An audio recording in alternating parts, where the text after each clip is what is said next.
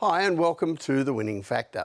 I'm Alan Aitken, and on this show each week we take a look at some upcoming races in Hong Kong and try to isolate an aspect of the races that might be the path to finding the winner. Well, Saturday racing this week and a couple more group races, one of which we'll get to a little bit later on, and obviously the Hong Kong Jockey Club website carries all the info on those group races that you need to know if you're going to have an investment. But the first race I'm going to look at is on the undercard. That's race 5, and our winning factor here, the map. So this is a Class 4, 1400 metres, a full field, but I think this race is very much dominated by a couple of young horses with nice futures ahead of them. Dazzling Fit from the David Eustace barn and Mr Cool, trained by Frankie Law. Now, both of these horses are 3-year-olds. Both of them have had 3 starts for 1 win, and both of them had their most recent outing on May the 4th in similar races to what they contest on Saturday. However, they had very different race shapes in those 2 races and very different outcomes. So race 645, we're looking at Mr Cool in red and pink colours, gate 13 for Karis Teton, and he gets out of the gates okay, but is looking to settle, and Teton has to allow him to drift back in the field, hoping to get closer to the rail, but as you can see, has to go a long way back before that happens. There's no speed to spread the field out and open up gaps, and Mr Cool ends up 3 wide with cover and getting no help as far as the strength of the pace, which is a modest first half, followed then by a sprint home. So when we get to the home straight, it's going to be tough to take ground off the front runners, but he does make up some ground over the final stages. And after seeing that replay, I'm sure that Karis and Frankie Law would have wished to have had their horse in a similar event 2 races later. This is race 647, and in gate 7, dark blue colours, Luke Ferraris has Dazzling Fit out well. Now, he's not part of the lead, that's expected, he's not that style of horse, but he is nicely poised in midfield as the leaders roll along at a decent pace. This field does spread out so horses can find good positions following back in the field. And then the leader just bolts on his jockey around the circle and the pace becomes very strong indeed. It's a great setup for a run-on horse, and Dazzling Fit answers the call, closing off brilliantly to gobble up the front runners, and he runs away to win convincingly. Now, for a 3-year-old who had not had much fall into place for him in his first 2 starts, that was the chance for Dazzling Fit to show us what he's really made of, and I think that was impressive. He looks a horse who's going to be one of our frontline players in the 4-year-old series next season. The optical illusion of those 2 replays, however, is that Dazzling Fit finished so much better than Mr Cool. In fact, it was only just over a length faster that he finished off his race, but he did finish off faster. Now, when we go to the map for Saturday's race, once again, we have critical positioning issues.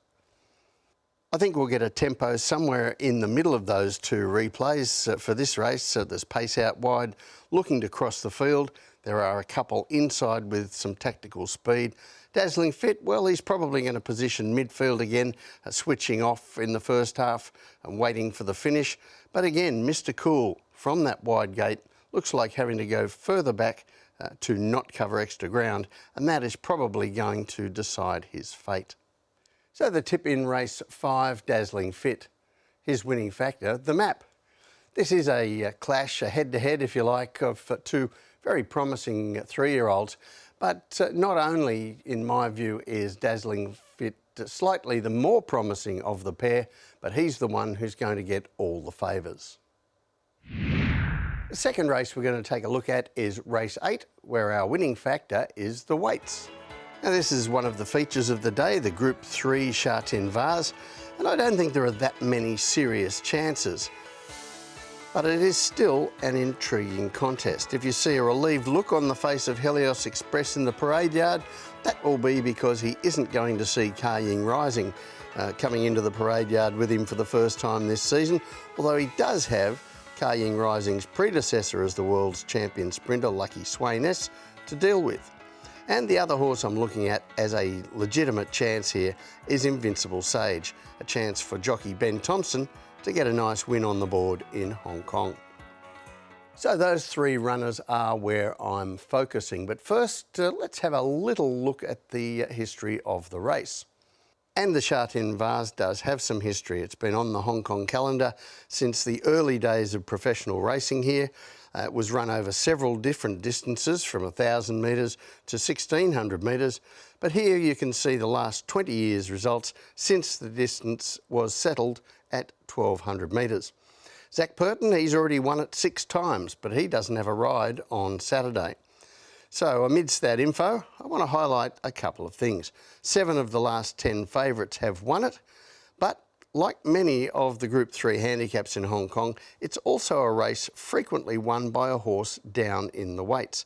Yes, you have your established stars with the top weights that win, like Lucky Sweynesse 2 years ago when he was on top of the world, but even some of the Group 1 horses to come through this race, like Ka Ying Rising last year, won it while down in the weights. It is a handicap after all. And as I said, the Helios Express has racked up a lot of prize money this season without winning a race. He's had 7 starts, 5 seconds, 2/3, all of those chasing home behind Ka Ying Rising. And he's going to be top of many people's minds coming into this race.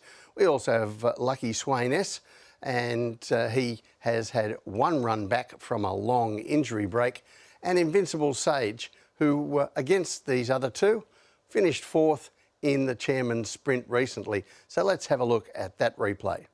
This is race 624. Helios Express is in purple colours, gate 13. Invincible Sage, green and red colours, gate 9. And Lucky Sweynesse in those yellow colours from barrier 7. Helios Express, of course, straight back to the rear as usual. Lucky Sweynesse jumped well, but he drifts past midfield, while Matthew Poon has Invincible Sage out quickly, briefly parted the lead before taking a stalking position nearer the front. But that early push has lit him up, made him keener than ideal, and he's also close to what we can see is a hot lead tempo. In the stretch, Invincible Sage slightly held up, but gets through to make his bid, while back in the field, Helios Express is charging down the outside, and we see Lucky Sweynesse working home okay, although note he is laying in. And Lucky Sweynesse was reported lame the day following that race, so that's a little concern at how his comeback is going. But of course, Helios Express, big finish into second. Now, he comfortably beat Invincible Sage there, but bear in mind that race is with all the horses on level weights. It's not a handicap. For a different view of Invincible Sage, I want to take you back to the Centenary Sprint Cup, where he also raced against Helios Express at level weights, a Group 1 over 1,200 metres, but it was a different style of race, certainly for Invincible Sage. This is race 361. This time he's in gate 6 in the field of 8 with Helios Express outside him in barrier 7, and both of them go back from the start and race together at the rear. Now, again, the pace is good to strong here. Zac Purton made the decision to pour on the heat up front, with Ka Ying Rising looking to run everyone into the dust, and he does. Over the final stages, it's left to the back runners to make up late ground, but both Helios Express and Invincible Sage get held up for an early part of the straight. Then they have their own race down to the line. Now, this time, once again, Helios Express wins that race, but not by any fancy margin.